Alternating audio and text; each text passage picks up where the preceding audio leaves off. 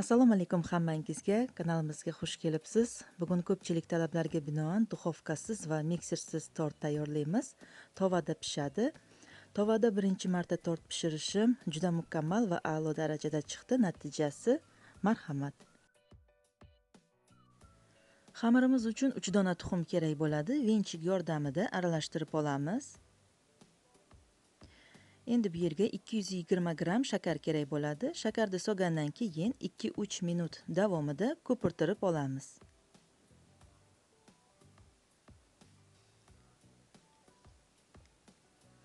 Biz uchun yana sut kerak bo'ladi. Sutni oldinroq xolodilnikdan chiqarib qo'yishimiz kerak. Xona haroratida turgan 200 ml sut va 100 ml o'simlik yog'ini solib, nomiga shunday bir marta aralashtirib olamiz. Endi bu yerga oldindan elangan 1 stakan unimizni solamiz va 3 osh qoshiq kakao bilan 1 pachka razrihletilni elakchadan o'tkazib olishimiz kerak bo'ladi. Yaxshilab aralashtirib olamiz silliq holatga kelgunicha. Ichida qumoq-qumoq bo'lib qolmasligi kerak.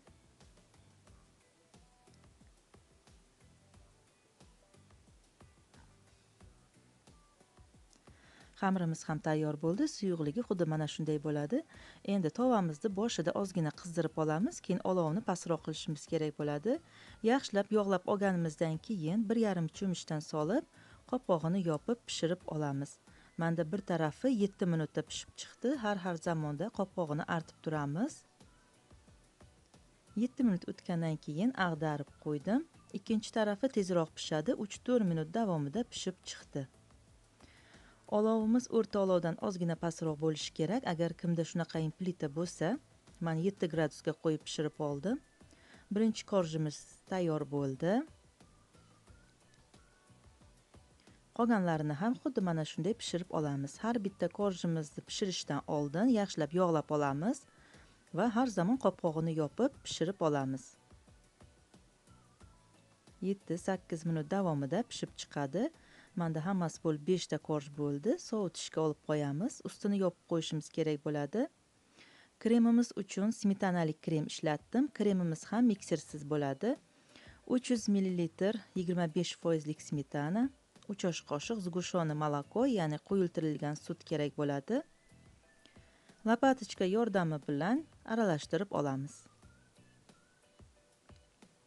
Toki silliq krem holatga kelgunicha. Xohlasangiz mikserda ham aralashtirib olsangiz bo'ladi. Mana kremimiz tayyor bo'ldi. Endi tortimizni terib chiqamiz. Propitka uchun men sut ishlatdim. Mana shu kremimizni har bitta korjimizga mo'ljallab surtib chiqamiz. Mana shu ketma-ketlikda tortimizni terib olamiz.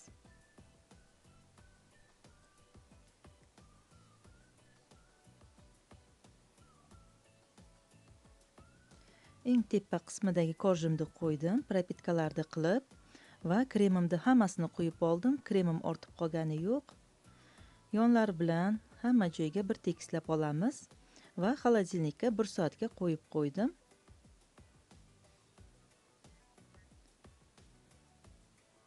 Xolodilnikdan chiqarib olganimizdan keyin siz o'z xohishingizga ko'ra bezak berishingiz mumkin. Men ustidan shunaqayin kakao sepib chiqdim. Bezak uchun va oldindan muzlatilgan olchalarim bor edi. Salfetka yordamida yaxshilab artib olib, olchalardan ham qo'llandim. Hammasini yaxshilab yopishtirish kerak bo'ladi, yiqilib ketmasligi uchun. Agar kremingiz qolsa, krem surtib keyin qo'ysa ham bo'ladi. Tortimiz juda mayin va nafis tort bo'lib chiqadi. Tortimizni balandligi 6,5 cm, kengligi esa 19 cm bo'lib chiqadi. Duxovkada pishgan tortdan hech ham farqi yo'q. Pishirishga arziydigan tortlardan biri. Aytib o'tganimdek, men birinchi marotaba pishirishim juda katta tort bo'lib chiqmaydi. Agar duxovkada mana shu masalliqlarni qolipga solib pishirsangiz, ozgina kattaroq bo'lib chiqar edi. Asosiy maqsadni men ko'rsatib berdim. Pishirish, pishirmaslik o'zingizga havola. E'tiboringiz uchun katta rahmat. Keyingi videolarda ko'rishguncha sog' salomat bo'ling.